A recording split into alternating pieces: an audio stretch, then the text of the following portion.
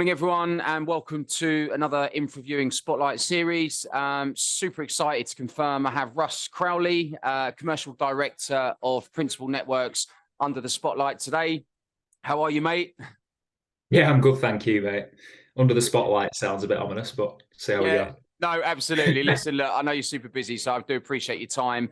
Look, I'll do a really quick intro on Principal, but I'm sure you can give us some much juicier, better insights. But look, for the wider audience, Principal Networks is a multi-award-winning MSP, helps enterprises reduce risk and gain control by accelerating the adoption of cloud managed network and security platforms. Their engagements are designed to guide enterprise IT teams through network and security transformation process, paving the way to sort of faster realization of value. So my understanding, you guys are covering sort of design, deployment, and co-management of software-defined networks and security services. So like I said, I'm sure you'll give us a juicier, better insight. But look, first of all, welcome, Russ. Finally got you under the spotlight. How are you?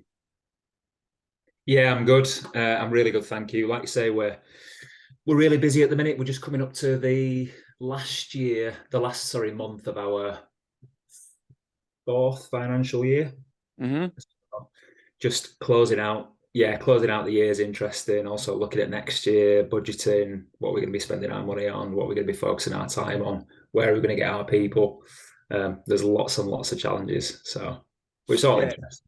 Busy times, mate. Hearing nothing but great things about you guys, and you've been on an exceptional journey and done some great things in a short period of time. Just for the wider audience, give us a quick overview of your personal sort of career so far, sort of pre-Principal, and where you're at now. Yeah, sure. So how far do you want me to go back? We've only got 45 minutes, Russ. No, yeah, good point. So I actually I'm not really a techie at heart. Okay. I'm not really anything in that sense in terms of like a business person or a techie. I kind of feel like I fell into this particular industry when I was about 22 years old. I'd done a few different sales jobs, and I applied to work for a company called IPI, okay, based in Wakefield. And I actually started as I knew nothing about tech, knew nothing about wide area networks or networks. These guys were a networking specialist organization. And I started as a cold caller, booking meetings for the important people, booking meetings for the external account managers. So got handed, there's a CRM, there's a load of target customers. Yeah, exactly. There's a load of target customers. Not really much training, I'll be honest. It literally, on my first day, I've been not knowing anything about the tech. It was like, pick up the phone, see if you can book a meeting. It's like, yeah, like what? Like, well, don't worry about that. Here's a few questions. Just see if you can book a meeting. And it kind of went from there. So I started on the lowest rung of the ladder, really, in sales. As I say, working for that company called IPI, and progressed my way up to being an account manager, an external account manager, a regional sales manager. That company got acquired. I ended up moving on to a different organization that were kind of similar. So a network specialist, local area network, wide area network specialist to SME, a medium enterprise organizations based in Manchester called ISON. Yep. And started there as a senior account manager, became sales director after about 4 or 5 years. That business in 2016 then was acquired by ANS Group. Yeah. ANS, who are a fairly large, well-known CSP. And I stayed with ANS probably for 18 months as a sales director for our business unit, and then for various different reasons decided now was the opportunity to set up our own business and take control of our own destiny. So in 2018, Alex Steer and I, me on the commercial side and Alex on the engineering side, we set up Principal Networks as a 2-man band. Love it. And the rest is history. Yeah, look, and look, I love a journey like that as well. I mean, I've had the pleasure of sort of dealing with, ISP, ISON, ANS, and then seeing you guys sort of almost like take that leap and go, do you know what? We've been here, there, and everywhere, and we've worked for the small boutique, the slightly larger. We've seen different sort of small MSP network security businesses go in different digital transformation directions, and then it's kind of like, yeah, you and Alex went, do you know what? We want to do it our way and make a difference, right? And so look, that leads me on to tell me a little bit more about, I suppose, what's the core focus right now, you know, from a business perspective for Principal Networks? Yeah, I would say it's interesting, really. I think when we originally set up the business, we were very much, we saw that there was an opportunity, really, in terms of we, both myself and Alex, had a really good network of connections in terms of people and businesses. Yeah. Alex, obviously, an absolutely brilliant engineer, 10 years CCIE, built service provider networks, customer networks, you know, a genius, really, in that sense. But when we originally set up Principal Networks, it was kind of all focused on networking. We knew that networking was changing, moving towards software-defined networking and platforms in that sense. And we knew that the service provider model was kind of also changing to a degree. What we didn't expect necessarily was a lot of accelerated change through COVID and the ways in which people are now working, you know, from a remote working perspective. Sure. And so we started up, so I kind of feel like we started off as a networking organization in a very short space of time. We've kind of become a network and security platform specialist. Okay. Really, I would define us more of a transformation business. So really what our core focus is infrastructure transformation, as daft as it sounds. So that's about helping medium enterprise organizations take their legacy infrastructure, which is, you know, typically a branch-based wide area network with perimeter edge firewalling, traditionally office-based. Yeah. Those organizations tend to, you know, the types of organizations that we work with tend to have moved to adopting hybrid working, flexible working, remote working. That's then presented a number of efficiencies on one side, but also a number of challenges from a cybersecurity and infrastructure management perspective and control in terms of IT. And that also presents a lot of opportunity for us to help those organizations kind of migrate to this modern platform, modern managed services, and a different way of doing things from a network and security perspective. So that's really our core focus. They're the type of deployments and services that we're into at the minute.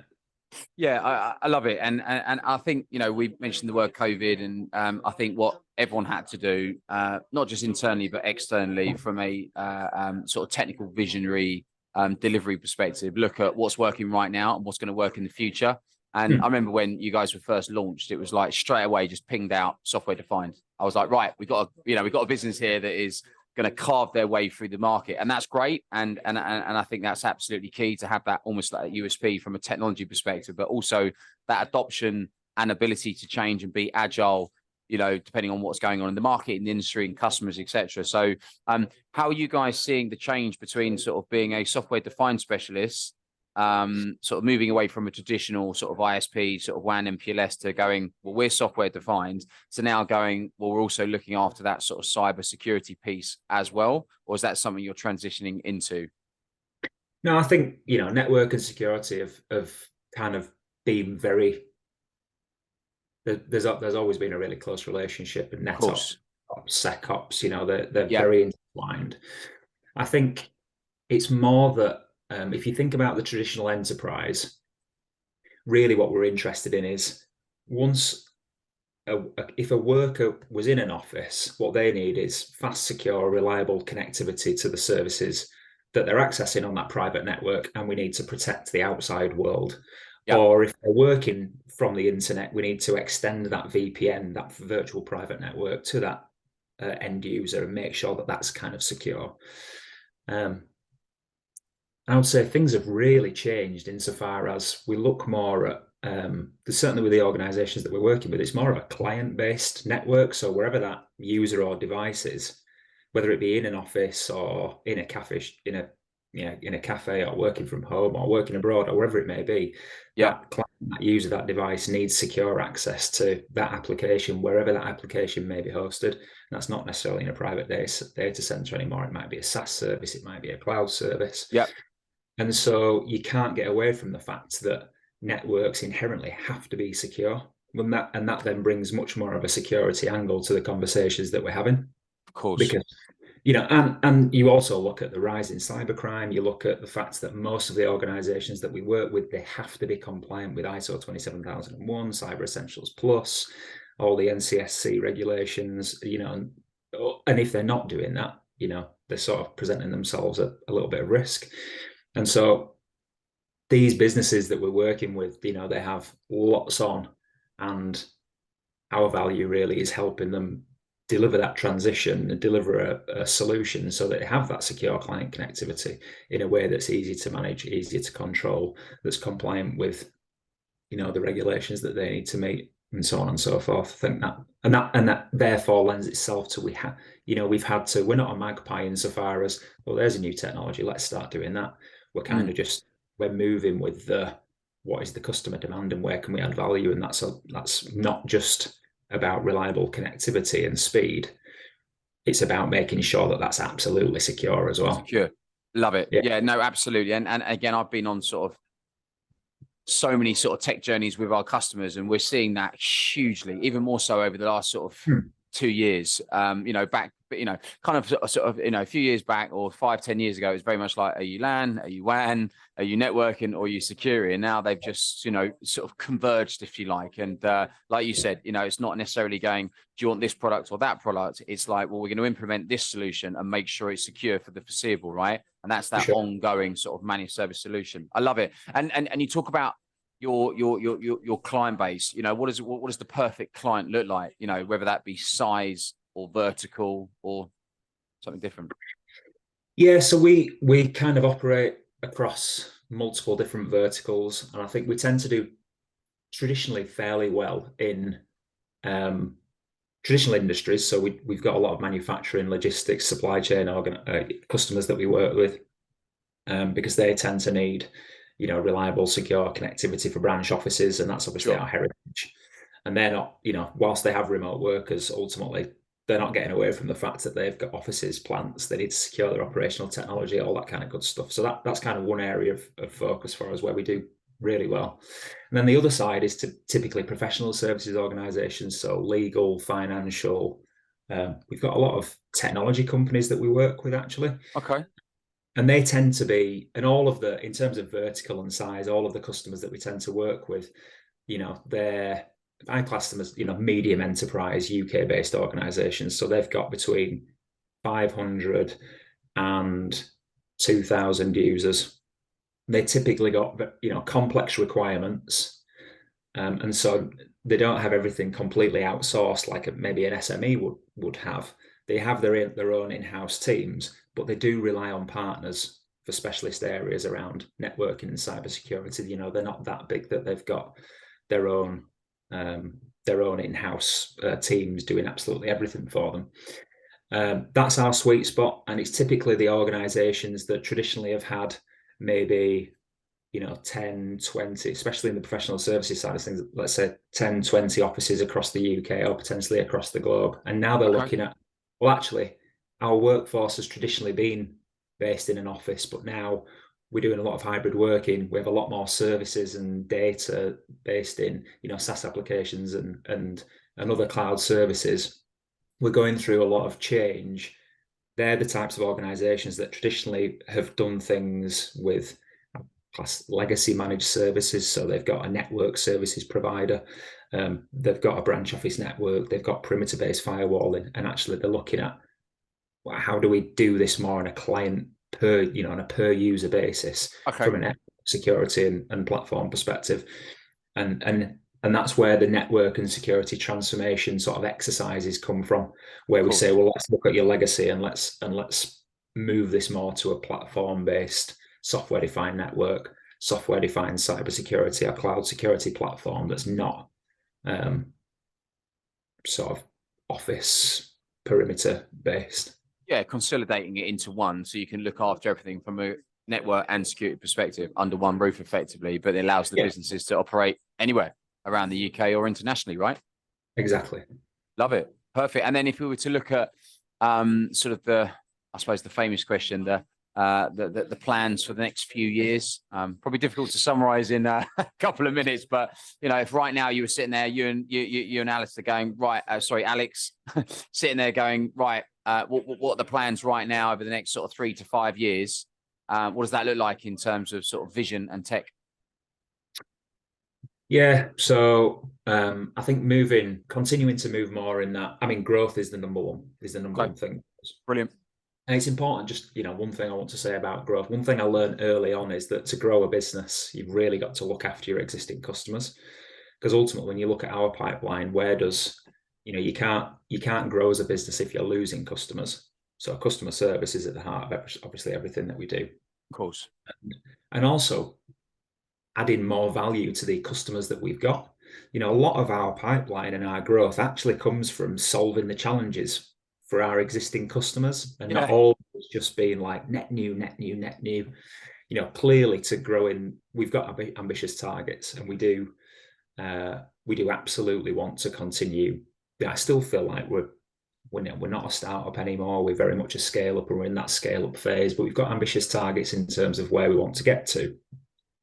And that potentially is moving more into, cloud networks, cloud security, cloud infrastructure platform.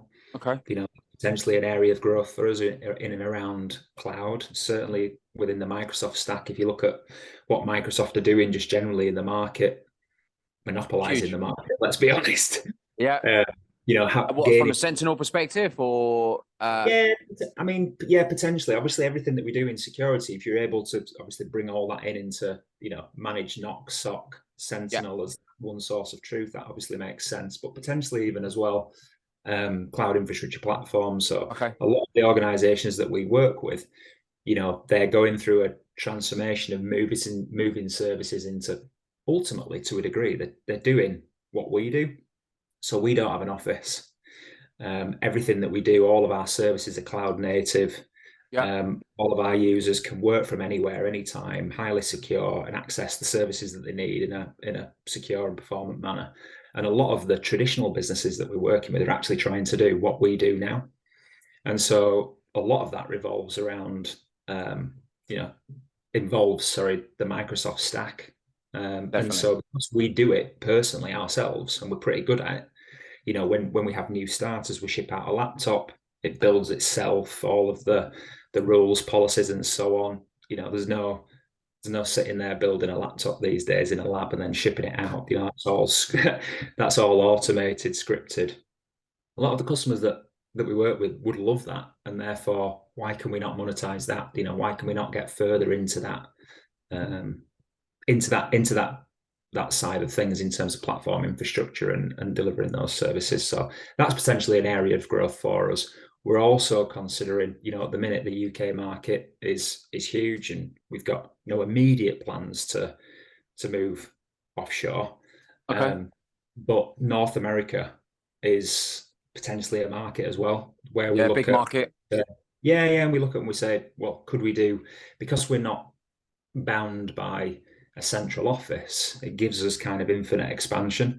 And so we could, I could be working, at the minute I'm working in North Yorkshire, but I could be working, there could be another me that's actually working in San Francisco, for example. Absolutely.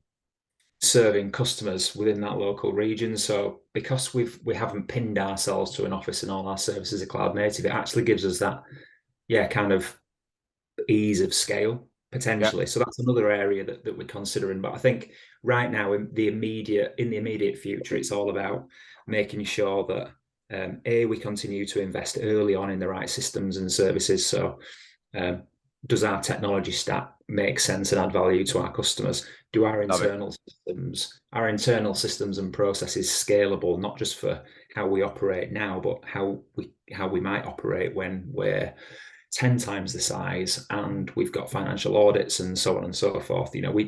Those systems have got to be in place as we grow.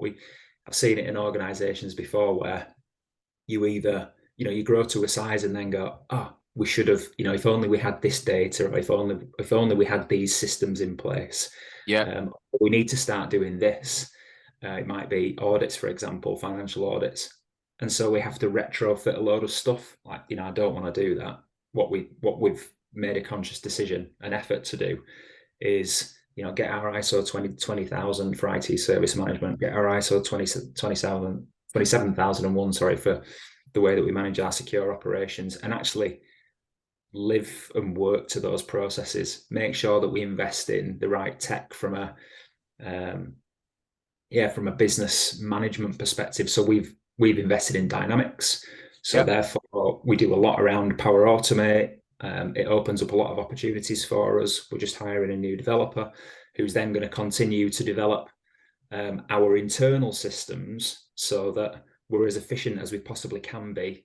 And we've got the right data, and we've got, the right business processes mapped to the systems that we use, and all that kind of good stuff, because we are expecting to grow, and therefore we need to be scalable, and we don't want these, we want to avoid as many of the Hiccups. sort of growing pains. Yeah, just avoid the growing pains, and they are gonna be some, and they'll be different. But I don't want that to be, we didn't invest in the right system early on. We've grown without process because it's agile, but then it's not repeatable, and everything that we do is in people's heads. It can't be that way. So that's really important to us. Obviously, customer acquisition is important, and we're investing heavily in marketing, brand awareness. We're just looking at a PR agency currently. Going through a bit of a beauty parade with a number of different PR agencies, because I see long term the value in building that brand. Absolutely. Some really good success stories around how that's worked as well. And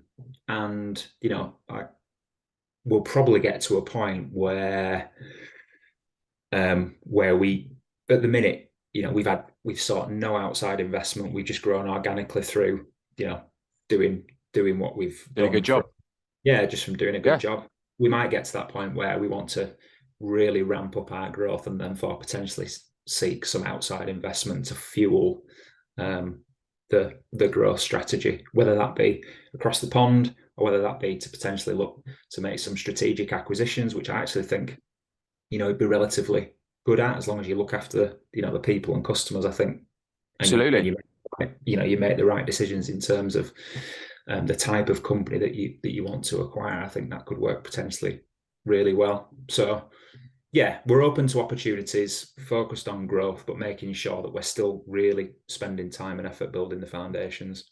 Love it. Love it. I mean, some really, really great insights there. And I think we've all seen so many businesses that have invested too quick in the wrong tech, or, they've tried to go and specialize in another area that everyone's talking about, but actually doesn't complement their current infrastructure or the current solution and services they offer their customers.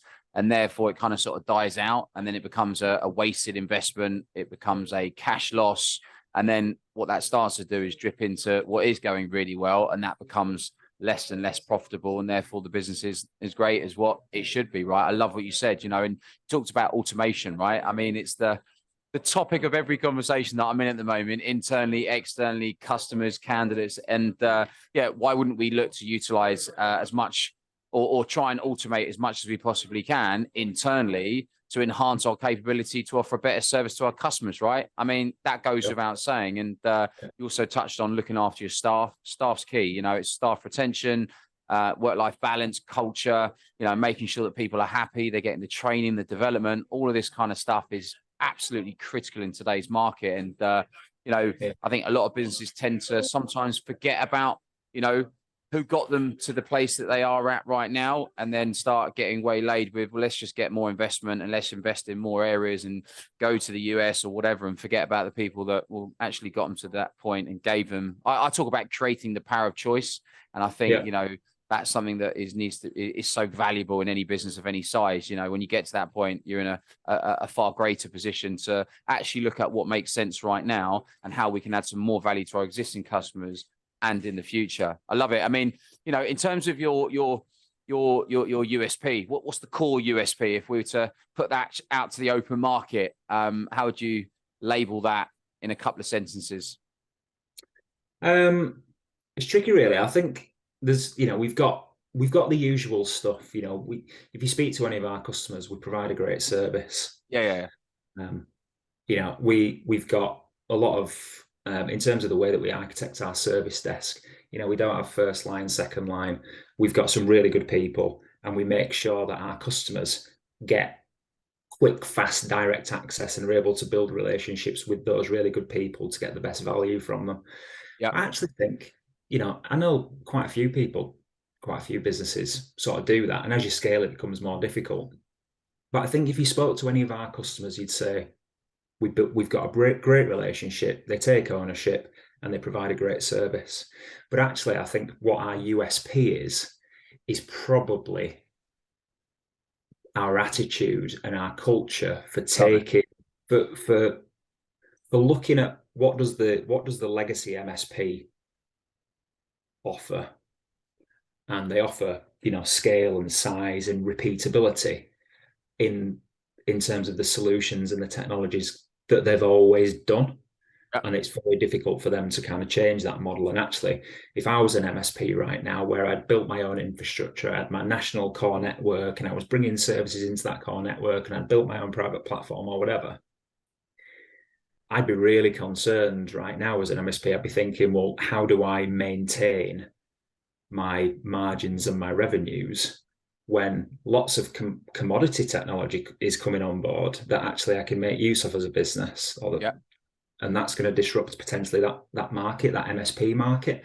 And I think that's probably where our USP is, because we chose not to build our core network infrastructure. You know, we've done that in the past. Yeah. We chose not to build anything that's proprietary to us. And actually, a lot of our solutions are they're non-proprietary. You know, you take a solution from Principal Networks, it's typically commoditized internet-based connectivity for branch offices, and that's resilient, and you know, and it's all spec'd up correctly for those offices. And it's other vendor technologies. It might be Zscaler for zero trust. It might be CyberArk for privileged access management. It might be Microsoft for XYZ. We take all of those technologies that customers can buy, you know, commoditized licenses, software, services, and then we pull all that together into a integrated solution. We deliver that in the way that it's intended to be delivered. So it's software defined. That makes it really easy for customers to manage, control. It gives them that agility. You know, these technologies are designed for businesses to be able to manage themselves to a degree. And then what they rely on, and we don't take control of that. What we do is we make sure it's healthy, it's fed, it's watered, it's secure, it's compliant, and we provide that third line co-managed service that's actually adding the value around, well, how do I change this? I've got a complex problem with it. How do I, you know, roll out a new technology, or how do I get the most from my existing investment? And that's where we add the value. So it's actually, you know, it's not just creating this service that we control and we manage that's proprietary to us, and we lock our customers into a 3-year or 5-year contract. I mean, that is great from a business value perspective. But I would say what our USP is actually delivering those non-proprietary solutions in a way that our customers can actually consume commoditized items in an integrated way that delivers what they need in terms of the technology stack. And our value is the managed service that's actually providing that third line escalation, that I guess the expertise to augment the internal IT teams that we work with and their skills. I would say that's our USP. You know, I mean, you probably need a USP to be an elevator pitch.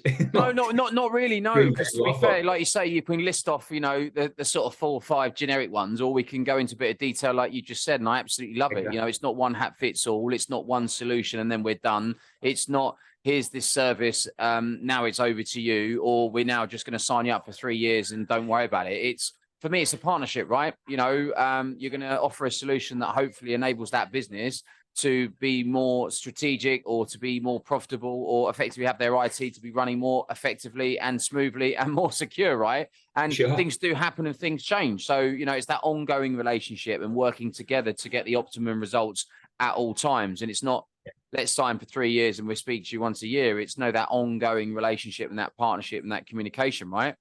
Yeah, for sure. And if you think about, again, you know, we haven't purposefully put ourselves in a vulnerable position.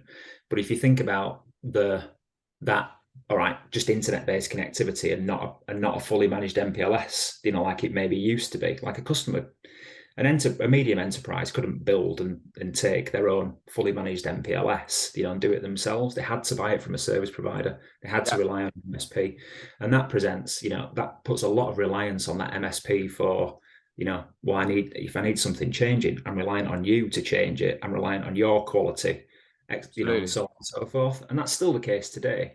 But if we don't deliver that, and if we're not adding value in terms of our service and helping our customers get the best from their investment, they've got an internet-based network using, from various different ISPs. They've got technologies that they could find a different partner for. It's actually very easy for our customers to walk away from us if we're not providing a great level of service, because we're providing non-proprietary solutions.